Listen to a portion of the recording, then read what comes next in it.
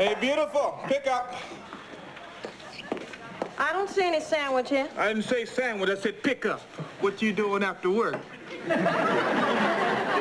please, you are not my type. Well, what's your type?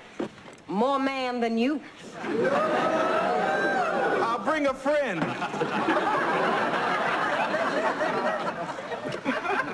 So, what's new in the news? Stan Gansky died. Lou, why is it the first page you always turn to is the obituaries? Fred Arlick died. I didn't know him. This is not life-affirming, Lou. I don't want to feel that we've reached the age where all we're going to talk about is who died. Come on, let's talk about someone who is not dead. You know who's very sick? Hey, Reggie. Yeah? Reggie, where's your brother?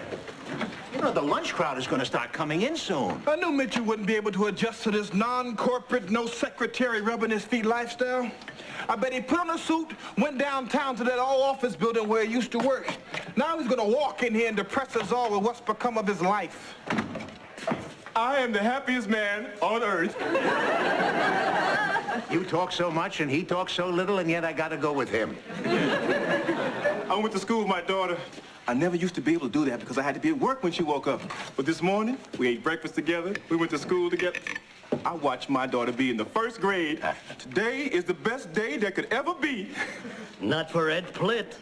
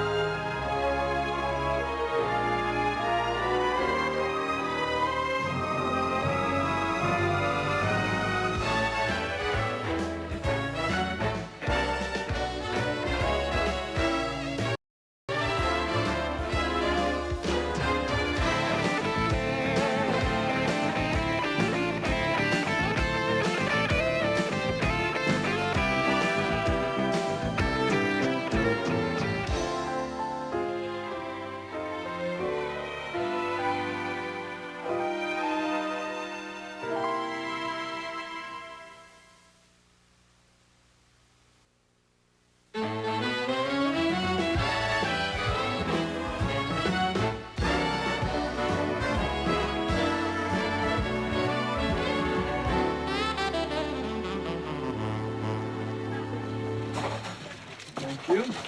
Sauerkraut and mustard. $1. Same way. Same dollar. Mitchell, do you plan on attending elementary school with your daughter every day this semester? Or can we depend on your presence here to handle the lunch crowd? Oh, sorry, Mr. Singer. This was only because it's the last day of my custody. Today, I take Deanna to my ex-wife for her 3 weeks. And you don't get to see your little girl for all that time? That's the arrangement. That stinks. And what stinks worse is that my daughter comes from a broken home that doesn't need to be broken anymore. But Mitchell, you got divorced. My wife divorced me because I was always at the office. And when I did make it home, I brought the tension and the stress of the job home with me. What kind of husband is that? You find me a husband with an office. I'll take care of the tension. You know, Mitchell, you're not the same man your wife divorced. Maybe she'd like you better now. I mean, if you wanted her to like you better, which I'm detecting. You think there's a chance I can get back together with her? I don't think anything. You think there's no chance? I don't think anything. Come on, Mr. Singer, you old and wise. You should be handing down the wisdom of the ages like that guy in the movies. You mean Charlton Heston? No, I mean Yoda. Yoda? I'm not Yoda. I don't give advice. Well, if you're not Yoda, then who is?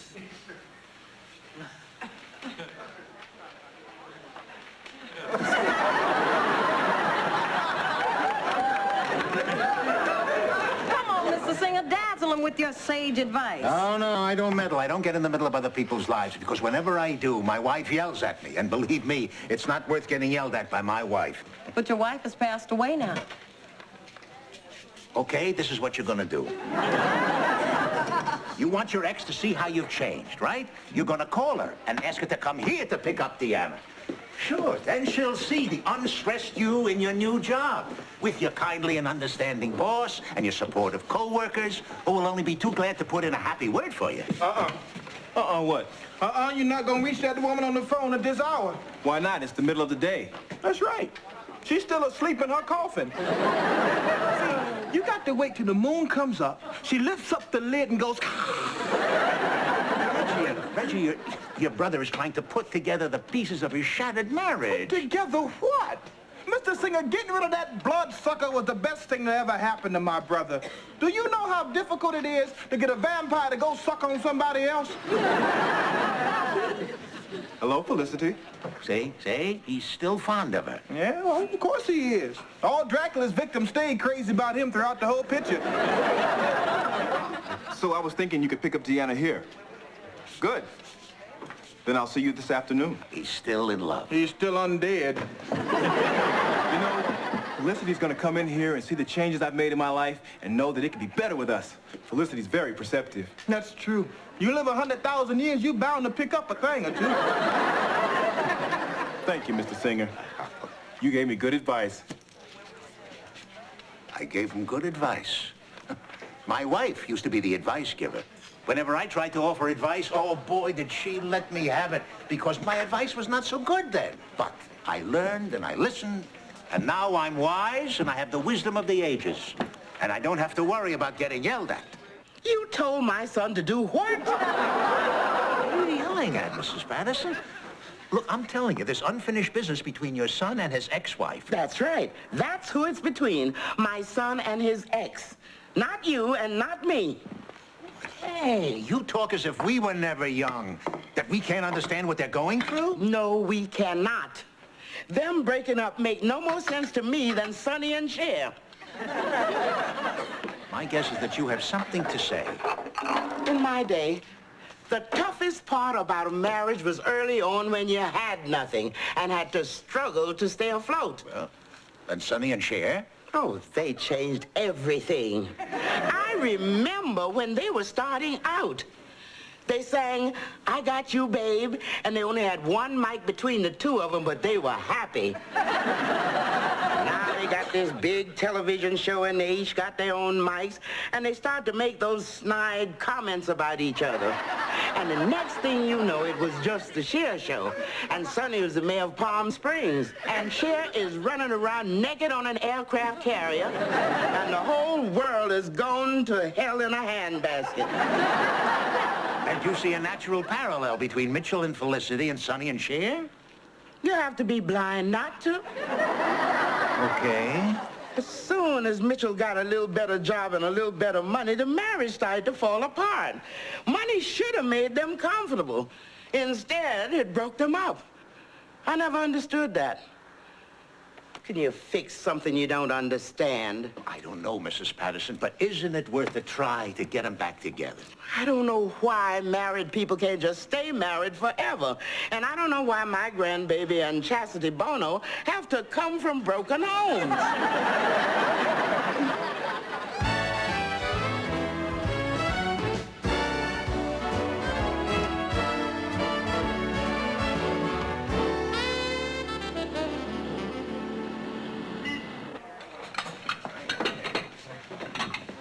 Sheldon, how was college today?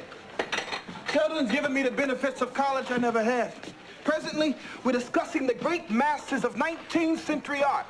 You know, Manet, Monet, and Monet by Tommy James and the Shondells. And what do you need to learn all of this now for? Well, it's never too late to improve oneself, Claudia. Never too late to gain maturity.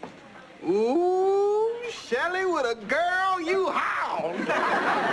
Reggie, stop. Please don't make a big thing. This is Vicky. She and I are in a couple of classes together. That's it. Wait, what you mean that's it?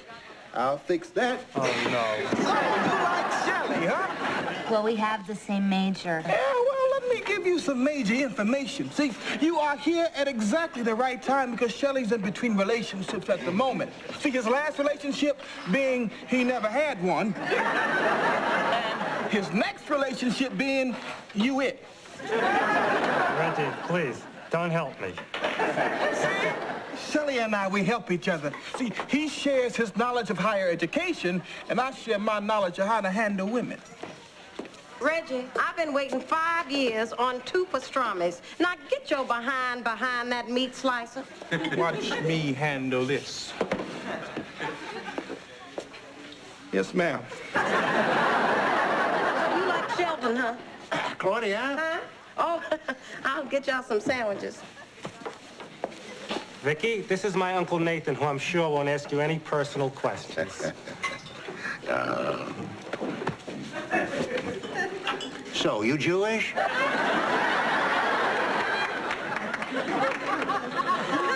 Oh, thanks for getting Deanna ready, Mama. Yep, we all dressed and packed and washed behind the ears. I came to say bye to everybody. Hey, that's Daddy's big girl. Oh, see, there's no reason to be all weepy like the last time. Big girls don't cry, because big girls can handle this. Here you go. Thank you. Now, Deanna, the reason I asked your mom to come pick you up here is that I wanted you to show her around where Daddy works and tell her that Daddy's right there when you wake up and he takes you to school. Mitchell's getting his hopes too high. What if he gets his heart broken? What if he get his blood sucked? Hi, Deanna. Hi, Mommy. Oh. Daddy wanted me to tell you. I forgot. Hi, Mitchell. You have something you want to tell me? Yeah. Watch your neck, Mitch.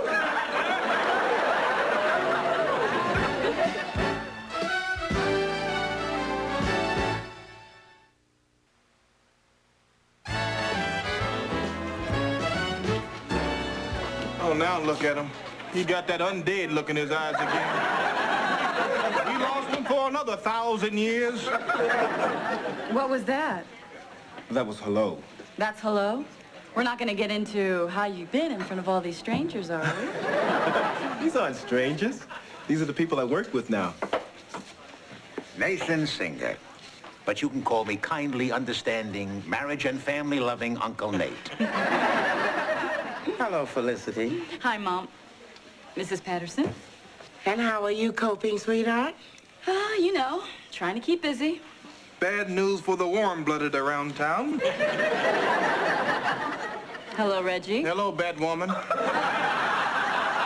Reggie, will you be civil? Hell no! I'm not gonna hold back my true feelings like everybody else walking around here on prissy toes. I believe people should say what they think. You want to know what I think? Not out loud. All right, look. It's been 6 months since we're divorced. So I figure we're both through the initial hating each other's gut stage, and we can sit in the same room and look at each other like human beings again. Okay. It was my fault we broke up. I worked too hard and I wasn't home enough. Mitchell, I didn't think we were going to have this kind of conversation. Maybe we I can... wanted to show you that I've made changes in my life. It's very apparent. In the 6 months we've been apart, I haven't seen anybody else. Do you ever think about trying again? Mitchell, maybe we can pick a night where you and I can really talk about this. That would be fine. Oh, yeah, now I remember. I'm supposed to show you around the place. Oh, honey, Mommy can't now. All right, just a minute.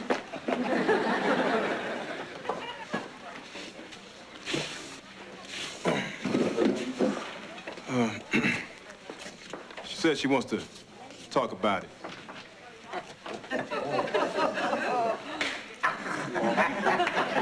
See? Didn't I give him good advice? Oh, what a wonderful feeling to know you had a hand in making somebody happy. You know, sure, no wonder my wife loved butting into other people's business. It's so personally fulfilling. It's my new vocation. I want to make everybody happy. Mitchell and Felicity were happy once, before they had a little money. Maybe they could be happy again since you don't pay them that good. Let's see, I'm making Mitchell happy, which means I'm making his mother happy. Who else can I make happy? Claudia. No, Mr. Singer. I'm happy all the time. I couldn't stand to be any happier. Claudia, you complain after every date there are no good men out there. No, well, that's not true. Of course not. I'm out there. Go ahead. Don't be so picky. I mean, realize that everybody has faults. Be willing to give somebody else a try. Consider the next available man who walks through that door. Don't be my sugar. Damn, you are good. May I help you? Yes, I'm looking for someone. You found her, baby. Have a seat. It's a gift. It's a powerful force I must never use for evil. Don't get carried away, Reverend Ike. Mrs. Patterson, still you doubt? Lou! Get away from me. I'm not in the paper. I have no problems. Lou, you spend your whole life sitting here at this counter. Come on, I want you to get up, Lou. I want you to go out there and live. You're young yet. I've lived. There's nothing out there. Sheldon. Oh, God. Sheldon. Have you asked your delightful young lady friend out for a date yet? Oh, God. Come on, come on. I have other lives to repair. Ask her out for a movie. Movie? Which one? Oh, I knew it. You drove away the man I love.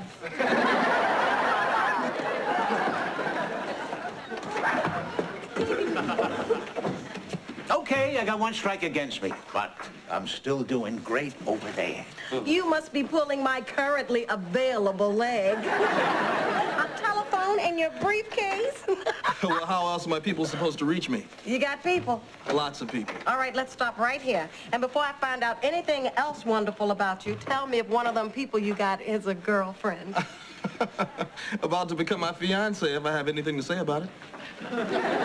Strike two, Mr. Singer. I've been sitting in the car waiting for her, but she's been in here quite a while. Has anyone seen her? Her name is Felicity. You're out, Mr. Singer. Okay, so dinner Saturday night, private table to talk. What? Hey, Felicity, shouldn't you be cross-checking that with your almost fiancé here? What? Elliot, I thought I asked you to wait in the car. You have the power to disobey her? You must not be bit yet. We'll talk Saturday. Let's go, Deanna. We'll talk right now. Come on, Deanna. Let's go put you in this unavailable man's probably big car. It's the Burgundy Jaguar. Of course it is. I'll be back in a minute to work here for the rest of my life. All right. Who the hell are you? Let me just get this. Elliot Pierpont Jr. That's a name? He's corporate vice president, and the only thing standing in his way is Elliot Pierpont Sr., who is old and frail. I was him. I was a better him. But you didn't want that. You wanted a guy who could spend time with his wife and daughter. I have a very big house in Connecticut. Sorry, Eric, go ahead. I was on my way to that same big house, Felicity. That's all I cared about. That's what broke us up. What good is having a big house if you work so hard you're never in it? Oh, Felicity, I've got to be in Chicago all next week. All right, kitten? He called you kitten. He's got a platinum American Express card. He can call me whatever the hell he wants. You want me to throw her out in the street? What has happened to you? I grew up. What happened to you? Trading in the good life to work in a deli? You want me to throw her in the street? This is the good life. I'm offering you a guy who can go to school with his daughter, who can be there for his family, who can love you in person, not over the phone. What's he offering you besides a big, empty house? So what's it gonna be? Love and a family man, or him? Oh, Felicity, Chicago, come with. We won't spend much time together, but you can spend the whole week shopping. Him? You want me to throw her out into the street? I'll throw her in the street. I'll throw her in the street right now. Oh, yeah, sure. You want to talk budget? Sure, Eric, this is a good time.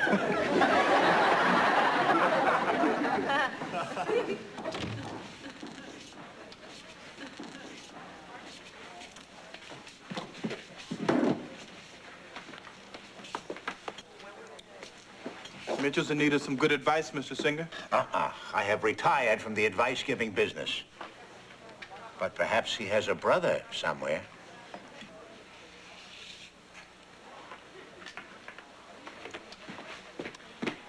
You know, Mrs. Patterson, I believe I've come to see your point about not understanding young people in love. Really, Mr. Singer? Because the whole thing is as clear as day to me now. It isn't not having money. It isn't having money. The big mistake that Mitchell made was in going out and marrying a vampire.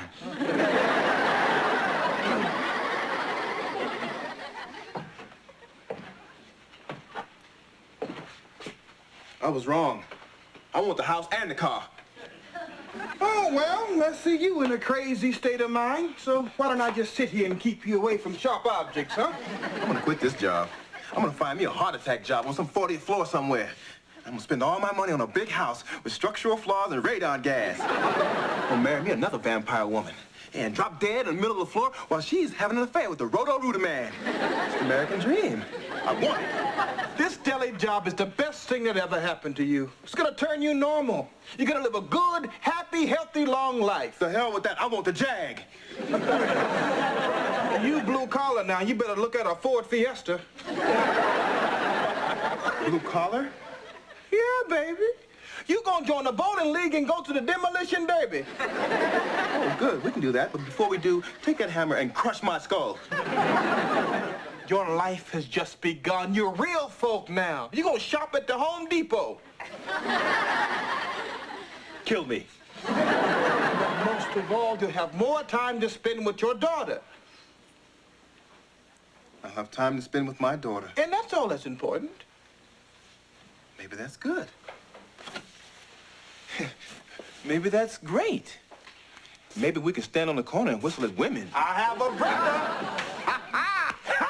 I'm gonna go out with every woman in the world. Save some for me, huh?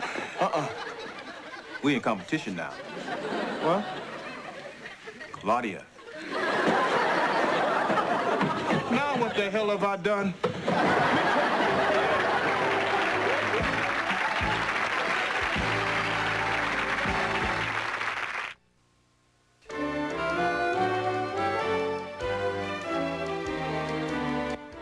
You always hurt the one you love, but will John go for revenge or will he show some compassion for the woman who divorced him on Dear John next? Then holy pigskin, Sam's leaping into the life of a football star on Quantum Leap tonight. And later, Jay Leno hosts The Tonight Show starring Johnny Carson. Join me tonight for the biggest night in the history of show business. From Saturday Night Live, Phil Hartman. From Seinfeld, Julia Louis-Dreyfus, singer Linda Hopkins, and Roy Blunt Jr. Right here, the biggest night in the history of show business.